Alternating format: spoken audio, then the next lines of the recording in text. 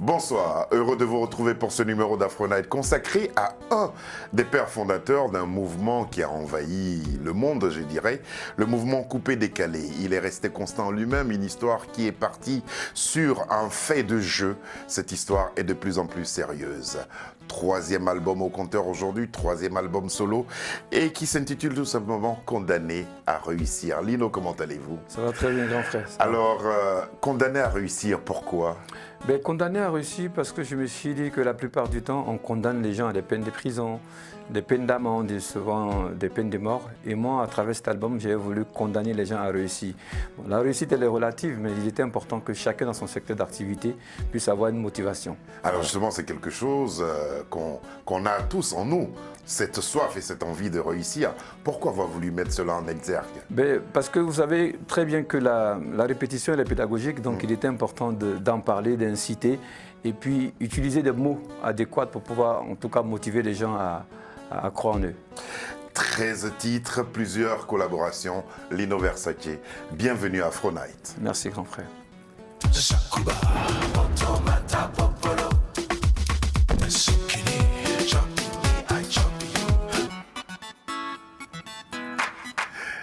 Cette partie de l'émission, on va l'intituler Nostalgie. D'accord?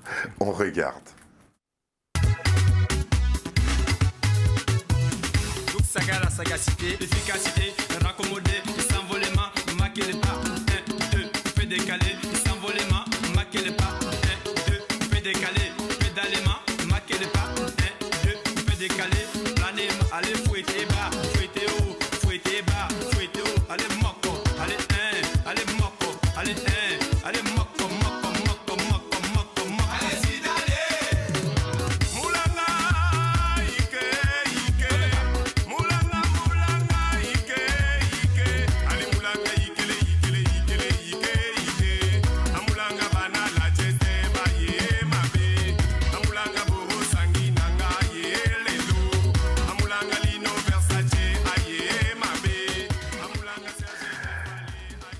Cette ambiance vous manque-t-elle par moment? Bien sûr que ça nous manque parce que c'était une ambiance qui était bon enfant. Ouais. Et c'était une époque où je pense que la Côte d'Ivoire sortait de crise. Donc nous, on a su, en tout cas, par notre philosophie, à imposer cette joie de vivre. Le but, c'était de rallier les gens à la cause ivoirienne. Exactement. Ouais. Non seulement les Ivoiriens qui en avaient besoin dans cette période de guerre qu'on traversait, et par ricochet, ça a aussi impacté la diaspora et d'autres communautés parce que le message qu'on porte, c'était un message de joie et d'union. Joie et union. Mais je sais par exemple, vous m'aviez dit il y a quelques années que c'était vous aviez commencé ce mouvement-là pour vous distraire, pour déstresser, pour après le boulot, il fallait faire quelque chose. Exactement. C'était vraiment quelque chose de façon naturelle et spontanée qu'on a fait. Il n'y avait pas cette option engagée pour le pays. On n'avait pas cette option engagée, c'était vraiment naturel, c'est venu tout seul. Bon, bien évidemment qu'on est habité par un état d'esprit, forcément, qui nous a permis aussi de faire renaître notre personnalité à nous, qui est l'union, la solidarité, la joie de vivre et tout ça.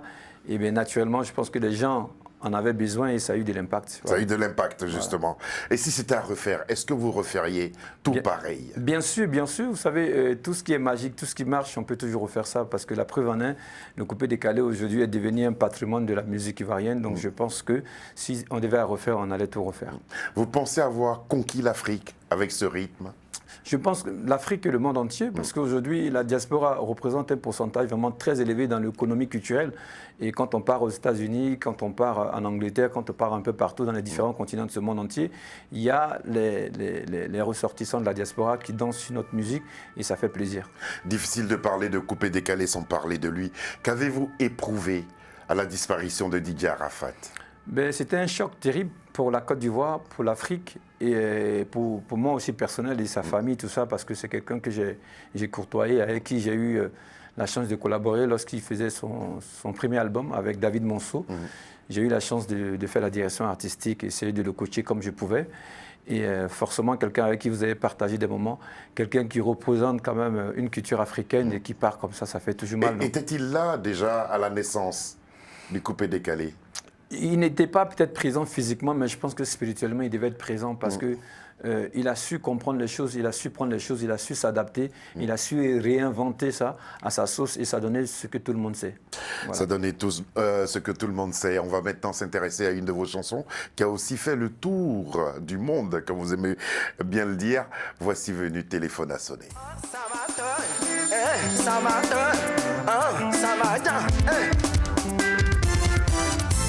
J'ai eu des problèmes dans ma vie. J'étais vraiment découragé de la vie. J'avais vraiment besoin de réconfort. Et ton fils, Mimi Versace. J'appelais Macero, téléphone a sonné. J'appelais Chico Lacoste, téléphone a sonné. J'appelais Oki Solo, téléphone a sonné. J'appelais Abounidal. J'appelais Assis Kamala, téléphone a sonné.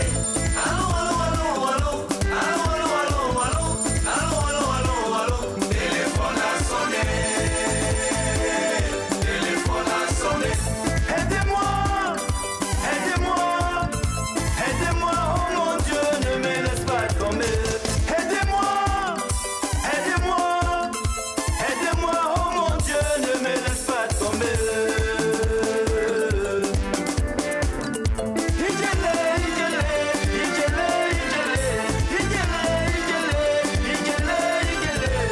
L'évangile de Matthieu nous apprend. À la suite du clip, on va vous voir avec un t-shirt à l'effigie de Doug Saga. Et cette œuvre-là, c'était la première que vous produisez après sa disparition. Après sa disparition, Pourquoi vous oui. vouliez faire ça? Ben, pour moi, c'est l'amitié, pour moi, c'est sacré. Moi, il y a un adage qui dit que les morts ne sont morts que lorsqu'on cesse de les aimer. Et pour moi, il était important pour moi, de façon symbolique, dans l'un de mes clips, porter un t-shirt à l'effigie de Doug Saga pour faire en tout cas la promotion de ce qu'il a pu faire. Donc c'est la continuité en fait d'un travail qu'il a battu avec nous et c'est symbolique et c'était très important.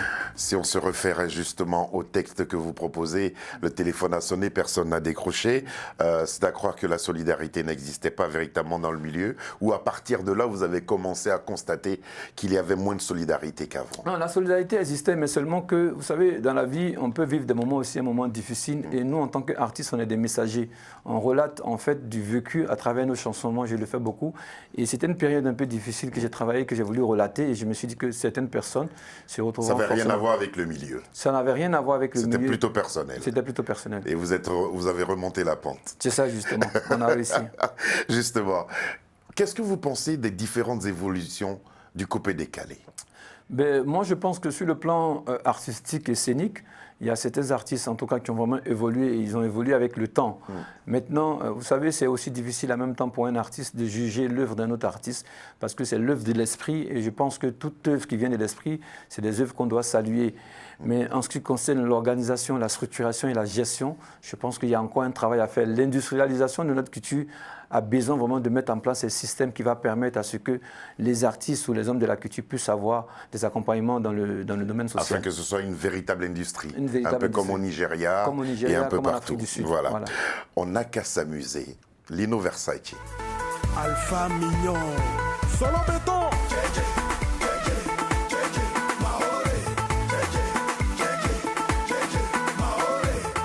La Sissi Saliou.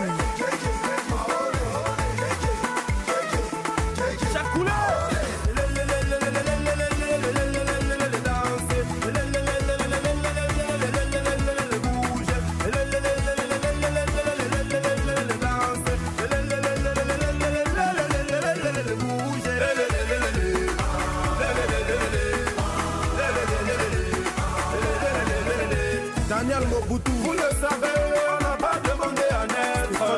Vous le savez, on ne choisit pas non plus ses parents. Les problèmes font partie de la vie. Et moi, Daniel. Et toi, mon frère, pardon, faut pas te lamenter. On n'a qu'à s'amuser, on n'a qu'à s'amuser, on n'a qu'à s'amuser, on n'a qu'à s'amuser. Momo de Londres.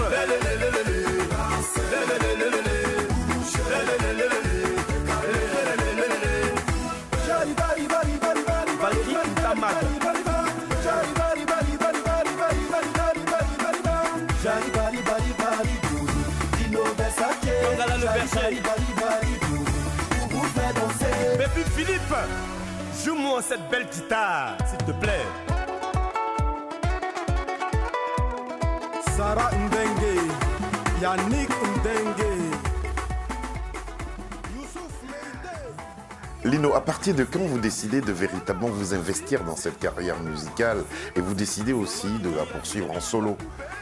Ben, déjà, la poursuivre en solo, c'est venu naturellement, mais après une discussion qu'on a eue que j'ai eue à Borosangui, après le décès de Duxara, on devait continuer notre carrière à deux, mais les opportunités qui nous sont présentées, je pense qu'à cette époque-là, il avait certainement d'autres préoccupations. Et comme il fallait défendre ce bébé dont nous sommes des pères, il me fallait faire des choses, donc je les ai fait naturellement, vraiment. Et je prends conscience qu'il faut faire de ça une carrière dès lors qu'on se retrouve sur les différents télémédias internationaux en train de défendre la culture ivoirienne et africaine. Et je me suis dit qu'il était important d'avoir le B.A.B.A. dans le secteur dans lequel nous avons décidé en tout cas d'émerger, qui est la musique. Et donc, commencer à faire des cours de chant, des formations sur la propriété intellectuelle, comprendre un peu le système, comment ça fonctionne. Parce que pour moi, je pense que quand on est un natif d'un mouvement musical, il faut avoir le minimum de connaissances pour pouvoir, en tout cas, défendre et aussi être aussi, on va dire, le paradigme d'une génération pour que les jeunes comprennent qu'on doit créer un système social et culturel, économique pour que tout ça avance. Et c'est ce que vous avez fait. Voilà. Alors, justement, quel bilan partiel vous faites de vos productions discographiques?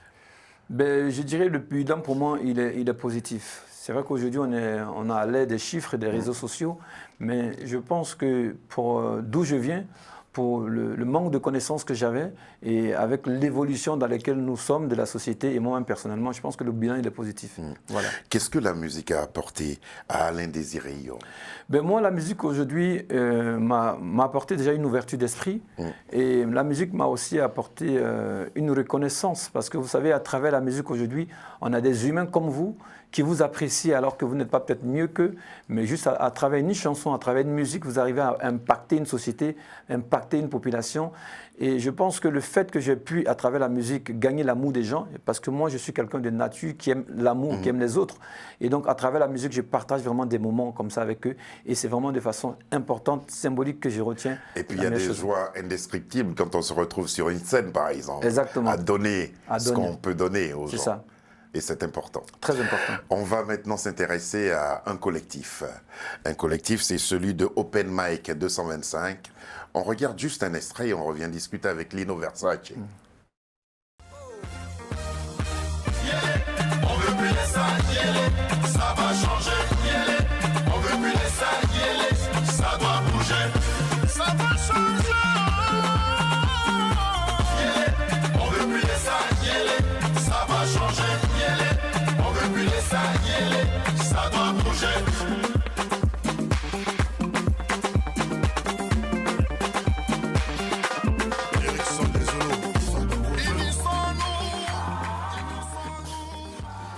Quel était l'objectif de cette production? L'objectif de cette production était que je me dis qu'aujourd'hui, nous sommes tous des enfants dans un pays et qui avons tous besoin de contribuer à notre façon à l'unité, à la réconciliation et à la cohésion. Donc moi, je n'ai pas voulu rester en apathie face à la crise politique dans laquelle mon pays était et certains Ivoiriens. Donc je me suis dit qu'on va utiliser la musique avec ça porter un message et aussi de sensibiliser et interpeller nos concitoyens sur la situation de la crise politique. Donc de façon symbolique, on s'est dit avec cette chanson, on pourrait quand même impacter les gens et c'était très important parce qu'il n'y a pas que le gouvernement qui a la responsabilité de parler de paix et de réconciliation. Nous les artistes, tout le monde a le droit de le faire. Alors, voilà. Nous avons été entendus, tant par vos autorités que par votre public. Nous pensons que le message est passé parce que nous avons reçu des retours très positifs. Qui ont salué notre action et qui venaient de nous-mêmes sans avoir eu de financement du régime en place ou des organismes qui existent. Ouais. On a fait ça de notre profond parce que pour nous, c'est notre façon de contribuer pour la paix en Côte d'Ivoire. Ça a été un coup du collectif, Mike 225, exactement. Ou bien il y aura d'autres projets. On a eu un autre titre aussi quand on a sorti aussi pour la COVID-19 aussi. Ouais. On a sensibilisé aussi à travers à travers cette chanson, les personnes de les distanciations, le port du masque. Ouais. Et on a aussi essayé de motiver les gens de ne pas baisser, ne pas perdre l'espoir. Voilà. Ouais. Et il y aura d'autres interventions ou bien c'est un collectif qui intervient seulement face à une situation donnée? Non, on évolue. Vous savez, le collectif est né depuis fin 2020, on va dire ça. Et après, on est tombé dans la Covid. Donc la culture a été touchée en même temps que nous. Et donc là, on est en train de repartir encore sur 1.0, essayer de voir des événements qu'on peut organiser pour continuer à inciter, à interpeller et sensibiliser les gens et transmettre aussi. Il y a un soutien mutuel entre vous, les membres du collectif. C'est vraiment le but, c'est le soutien et la transmission de la connaissance dans le secteur culturel. Parce que je pense qu'on a tous, chacun en nous, d'entre nous, un talent. Donc cette complémentarité-là doit donner une valeur ajoutée pour chacun. Et voilà ça. Zeparambo et Kokoko, deux titres de Lino Versace. Sur Kokoko, vous êtes en collaboration avec Ferregola. On regarde ces deux chansons. Oh Mao, Zeparambo, DJ Bizo, Zeparambo, Lunga Lunga, Zeparambo, Asamba Feliz, Zeparambo, oh je veux le cultivateur. Dino Price.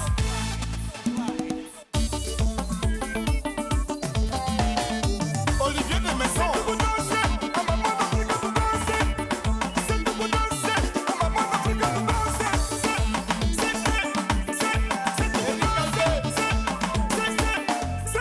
Oh Mao. Oh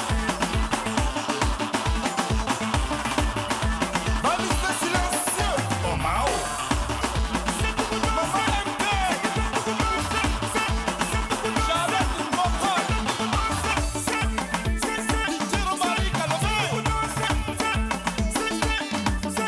Oh Mao.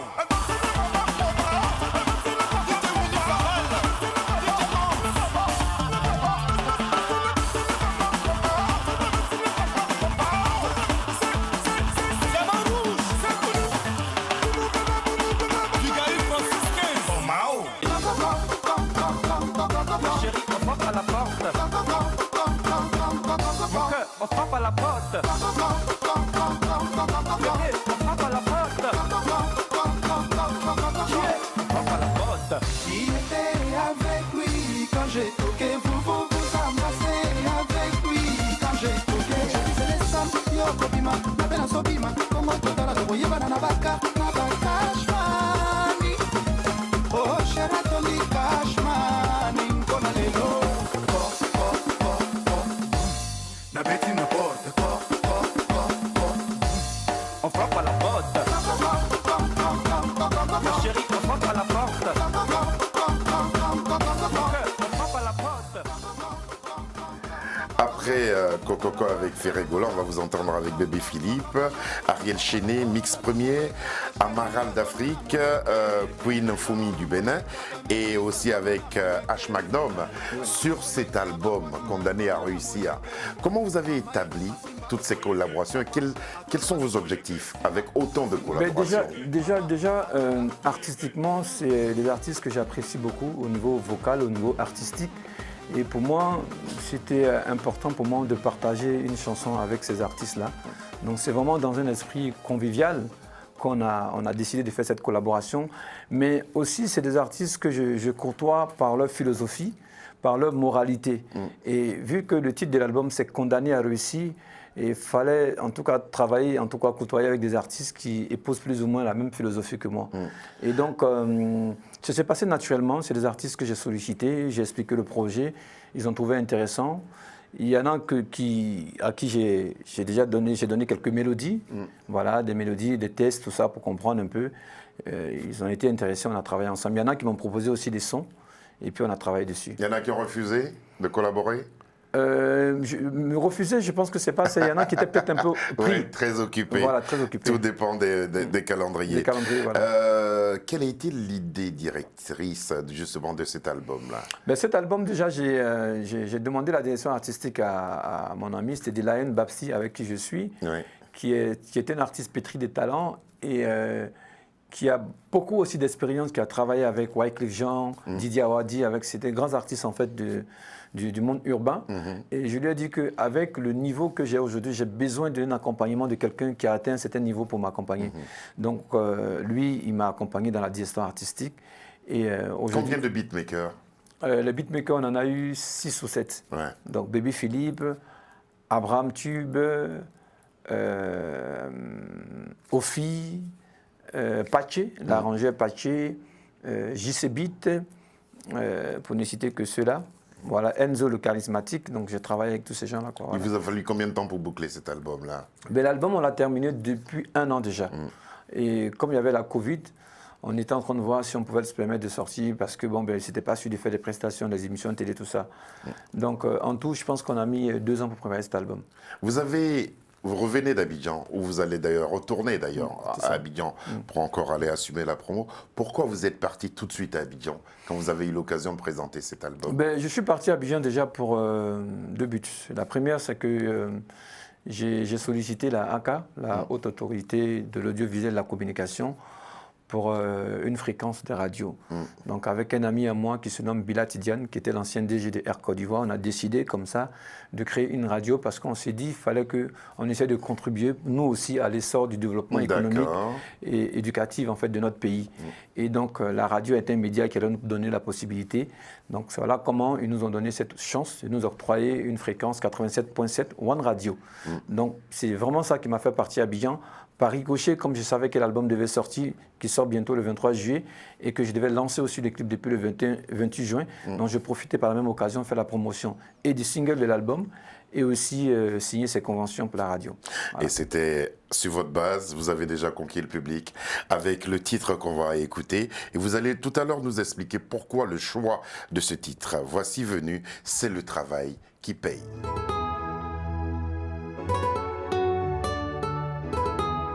C'est le travail qui paye, oui, c'est le travail qui paye. C'est le travail qui paye, et c'est Dieu qui bénit. Je n'ai pas volé mon doigt où. Je n'ai pas volé mon doigt où. J'ai barabara, pour arriver là. J'ai barabara, pour arriver là. J'ai barabara, pour arriver là. J'ai barabara, je n'ai pas volé mon doigt où. Je n'ai pas volé mon doigt où. La vie ne m'a pas souri, j'ai connu la traversée du désert. La vie sur terre n'est pas facile, j'ai vécu des moments de misère. Des petits boulots par-ci, des petits boulots par-là. Il m'a fallu grga ici, il m'a fallu grga là-bas. Les hommes m'ont négligé, d'autres même m'ont rejeté. Mais mon courage a payé, mon Dieu m'a élevé. Ma vie a changé, alléluia. C'est le travail qui paye, oui, c'est le travail qui paye. C'est le travail qui paye, et c'est Dieu qui bénit. Je n'ai pas volé mon doigt où. Je n'ai pas volé mon doigt où. J'ai barabara, pour arriver là. J'ai barabara, pour arriver là. J'ai barabara, pour arriver là. J'ai barabara, je n'ai pas volé mon doigt où. Je n'ai pas volé mon doigt où. Suis bel laurier, j'ai pas dormi. La vie ce n'est pas de la magie. Ils ont voulu me finir. J'ai gardé la foi jusqu'à l'infini. On peut comprendre que quand tu es riche, les gens peuvent te jalouser. Combattu par mes amis, ils en veulent toujours à ma vie. Yeah. Et malgré mes soucis, je rêvais du paradis. Leur jalousie gratuite n'a pas pu me détruire. Oh, oh, oh, alléluia, ma vie a changé. Oh, oh, alléluia. C'est le travail qui paye, oui, c'est le travail qui paye. C'est le travail qui paye, et c'est Dieu qui bénit. Je n'ai pas volé mon doigt où. Je n'ai pas volé mon doigt où.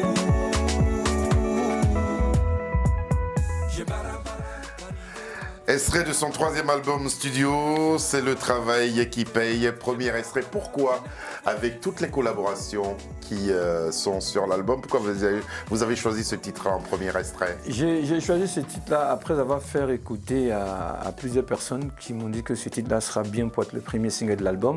Mais en même temps, le travail, c'est l'essence de notre quotidien. Sans le travail, nous ne sommes rien.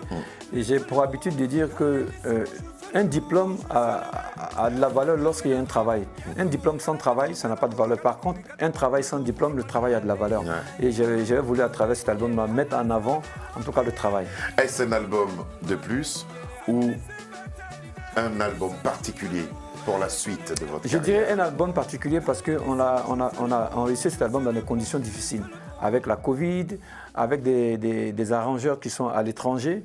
Et on a réussi, malgré la distance, à réussir à faire des titres, à coordonner, faire les choses et faire dans ces titres-là. Donc franchement, quelques difficultés, mais le résultat est tellement satisfaisant qu'on s'est dit, bon, écoute, ce que Dieu décide, c'est ce qui est important. Est-il disponible maintenant? L'album sera disponible, bien sûr, le 23 juillet, il est disponible là maintenant. Le 23 juillet, il est disponible. Alors, à quand un spectacle de Lino Versace dans une salle prestigieuse ici à Paris? Ben justement, avec nos partenaires, on en a discuté il y a 2-3 jours. On a l'intention de faire un concert en novembre, normalement à Boule-Noire.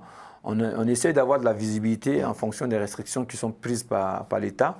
Donc, on espère qu'après les vacances... Pour l'instant, c'est novembre qui est annoncé. Voilà, pour l'instant, on a annoncé novembre, le temps de voir comment est-ce que les choses vont évoluer avec la Covid. Voilà. Lino, merci beaucoup. Vous repartez encore en Côte d'Ivoire. Vraiment, là, c'est pour la promotion de l'album. Votre base et votre fanbase vous attend là-bas. Déjà, ils sont satisfaits. Ils vous attendaient. Vous avez senti qu'ils vous attendaient? Jusqu'à lui, à lire les commentaires sur le titre, sur YouTube, sur le titre « C'est le travail qui paye », j'ai compris que le public ivoirien et mes fans avaient besoin vraiment d'écouter de la musique intelligente, la musique réfléchie, la musique structurée, la musique qui apaise, la musique qui accompagne, la musique qui soutient et la musique du futur. J'ai quelqu'un qui dit tout ça, il appelle ça la musique élaborée. Et je l'ai emprunté pour moi. Merci beaucoup Lino d'être venu jusqu'à nous. Merci de nous avoir offert l'album. Lino Versace, c'est le travail qui paye. C'est le premier extrait de l'album qui s'appelle Condamné à réussir. Sabir Gaïb, Lucie John, Alexandra Kounou, Charles Serrito, Marie. Voici l'équipe qui a travaillé sur cette émission. Et qui vous remercie d'avoir accepté son invitation. Bonsoir et à demain.